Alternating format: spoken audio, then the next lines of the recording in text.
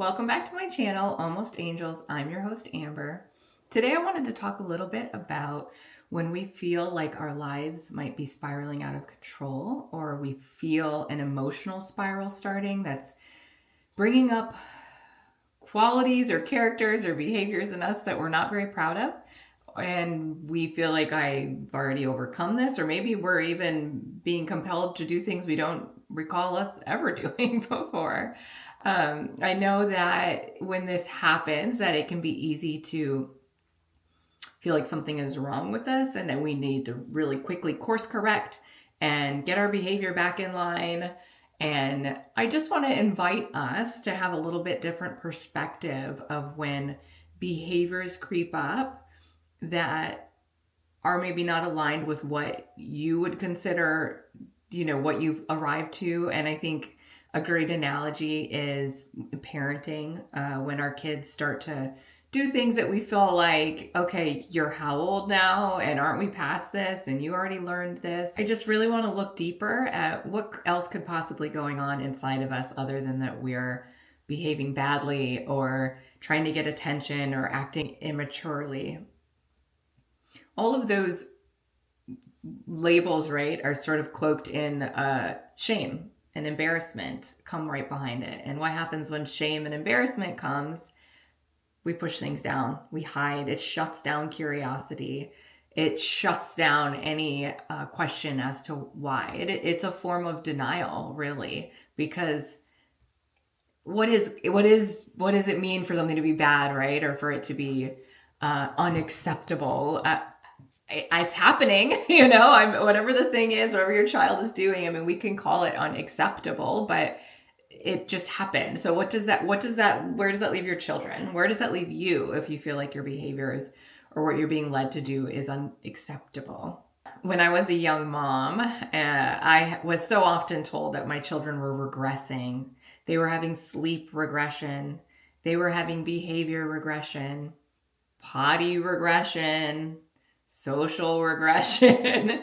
The idea that we're going backwards, again, is this comes from this mentality that's completely erroneous for any development, emotional or a human development, even learning, right? The way we learn topics, math, reading, all the things. It's not a linear line, right? Sometimes we learn concepts and then we forget, even in math, right?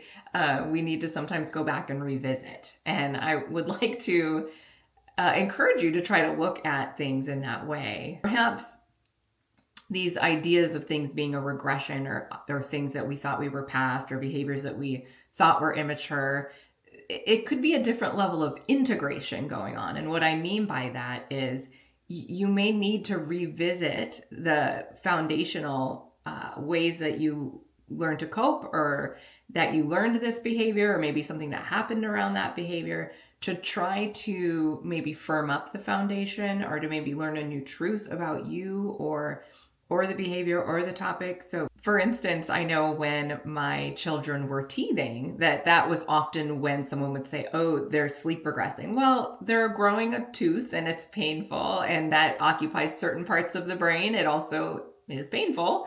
And so, yeah, their sleep can mirror more of what an infant might be like. When we moved to a new home, for instance, my child that was solidly potty trained, just multiple accidents that week. Their brain was very busy doing something else. Everything was new. It was a new home, new friends, new church, a new bedroom. Children are so comforted by predictability in their environment. And nothing was predictable anymore. So while that child's brain was trying to integrate a lot of new things and very busy emotionally as well, probably there's a grief, right, for all the things that were known that are not there anymore. These other parts that did have control previously, the brain can only do so much. It can only integrate so much.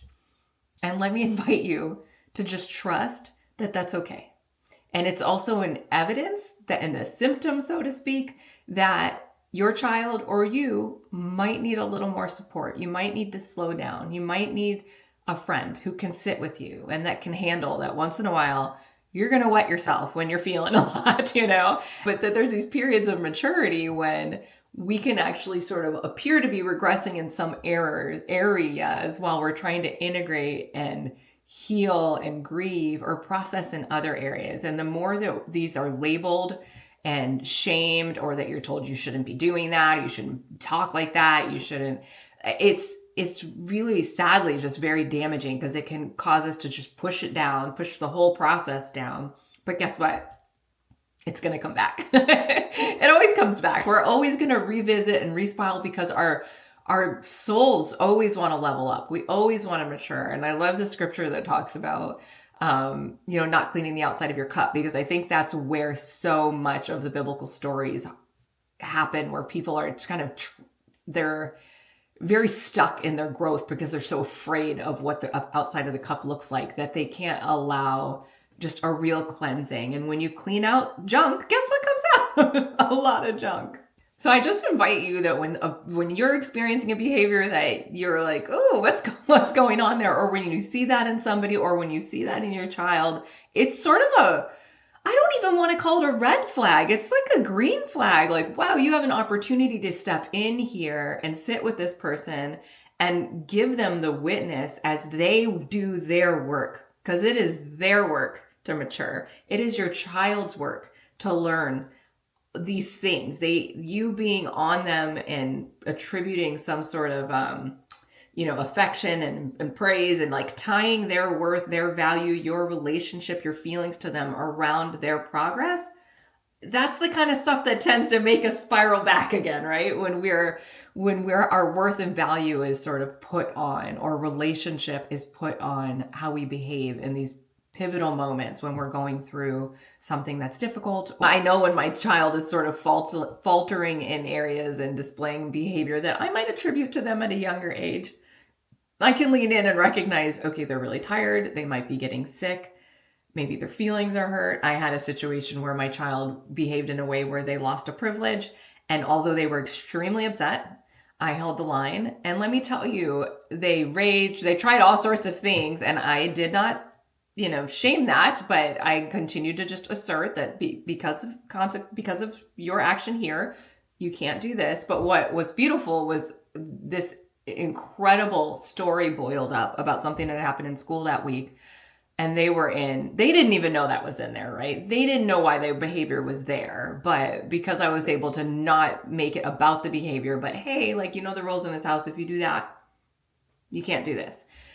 And holding the line, holding space that the behavior wasn't ideal, right? And making sure that I communicated that by removing the privilege, but not also shaming or punishing for the behavior, really gave the child the space to explore and process, because they were well aware that the privilege was not coming back, and that they really needed to check in with themselves why they did that. And it really allowed them to process just something much deeper that I got to sit with them through and listen to and hold space for and comfort them in. And let me tell you, their behavior had been this sort of increasing pattern that week that culminated in what eventually lost them their privilege. But the level of integration and regulation that the child had afterwards, in addition to the closeness that him and I were able to share, and just I learned something new about him. I also learned, okay, when I see that behavior again, it allows me to just have even more compassion and more understanding of them, because I can see, okay, this is how they deal with just real sadness, that was really difficult to talk about. So I just want to invite you to remember the next time that a behavior like that pops up, that you're not behind, you're not regressing, but that maybe your body, your heart, your mind, your soul is asking you to revisit some things with new eyes and a new perspective. Thanks so much for tuning in with me. I'd love to hear from you in the comments. And until next time.